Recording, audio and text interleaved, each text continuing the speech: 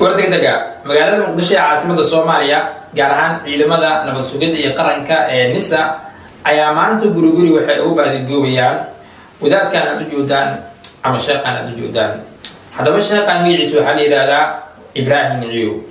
maalin ka hor waxaan ogeyn magaalada Muqdisho ee caasimada Soomaaliya in lagu soo aasay caalamka weynaa ee Allah naxariistay Sheekh Cismaan Xidig.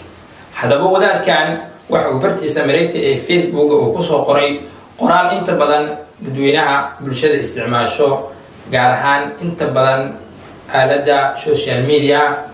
qoraal uu soo qoray ee aad uga xanaaqeen. qoraalkaas wuxuu ahaa hay'adda sida ay u daba jirto ay gurguri maanta ay u baadigoobayso magaalada Muqdisho ayaa warbixinteena idinkula wadaagi doonaa. daawadayaal marka hore muuqaalkan like saar siina share gareey si uu meel sare u gaaro. wixii fikirkaadii faaladana qaybta commentiga inoogu dhaaf. hadaba sheekhan inta badan afkaartiisa wuxuu ku soo gudbiyaa bartiisa Facebook inta badan kalama gabado wixii markaasi uu rabo in uu bulshada ku soo gudbiyo. hadaba lamaha ayaa maanta ku daba jiro ee fadlan daawade waxaad kala qayb qaadataa soo qabashada ninkan maadaama lamaha amniga ay ku daba jiraan. haddaadan aqoon u lahayn mise aadan arkin fadlan kala qayb qaada kaliya muuqaalka inaad sii share gareysid si lamaha amniga ay gacanta ugu soo dhigaan ama qof gartay uu arko dabadeedna sidaas lamaha amniga xogta iyo xuraanka ay u soo sheegaan. hadaba sheekhan waxa uu imaam ka yahay sida aan wada ognahay masaajidka Cali Jimcaale ee ku yaala magaalada Muqdisho. hadaba sheekhan qoraal uu soo dhigay bartiisa Facebook ayaa inta badan dadka isticmaalo social media ay aad iyo aad uga xanaaqeen. qoraalkaasi intaan u guda gelin hadaba sheekhan waxa qoraalkiisa kamid ah in uu si toos ah u gaarsiiyay Allah naxariistay caalamka weynaa ee Sheekh Cismaan Xidig.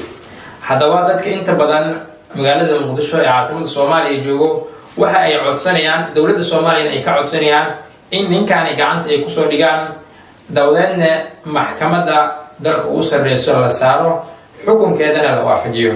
hadaba dadka ayaa waxay ku doodayaan hadii dawladda federaalka Soomaaliya ay ka dhaga furaysato in ay sameyn doonaan barnaamijyo waaweyn oo ay ku dalbanayaan in ay ninkan dawladda ay soo qabato. hadaba ninkan qoraalkiisa ayaa inta badan waxa uu ku sheegay Sheekh Cismaan Xidig iyo sidoo kale kutubadii uu qoray ama kutubadii inta badan uu juhdiga ku soo bixiyay sida inta badan ay xirtiisa ay maanta ay daalacdaan. hadaba qoraalkiisa ayaa waxa uu dhignaa sida tan: geeridu degasho ma lahan laakiin mabaadiida mujaamalo ma taqaan.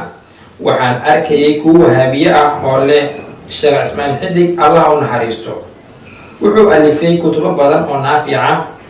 nacam wuu alifay kutubo badan laakiin ma taqaanaa kutubadiisa ama aragtay.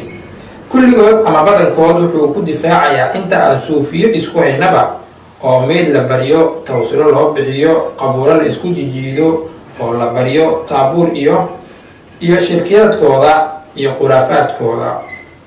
mana lahan anfac kutubada badi iyo shirki khuraafo buu ka tegay. ilaahay baa yaqaana sida uu yeelayo oo iga naxariis badan. intaas wuxuu ku daray almuhim qofka wuxuu yahay inuu yaqaana ayaa muhiim ah inta uusan caadifaad iyo qalbi jileec umuhebel gelin. igana qora in aad arki doontaan asagoo mar dhow la caabudayo oo magac ziyaaro loo bixin doono urugtiisa iyo baryadiisa ilaa isaga u sii digaye in la baryo hadduu dhinto. qoraalkaasi ayuu bartiisa Facebook ku soo qoray. dadkana aad iyo aad ay uga caroodeen ayagoo dadka Soomaaliyeed inta badan ay ka codsanayaan lama amniga iyo sidoo kale dawladda in ninkan ay gacanta ay ku soo dhigaan.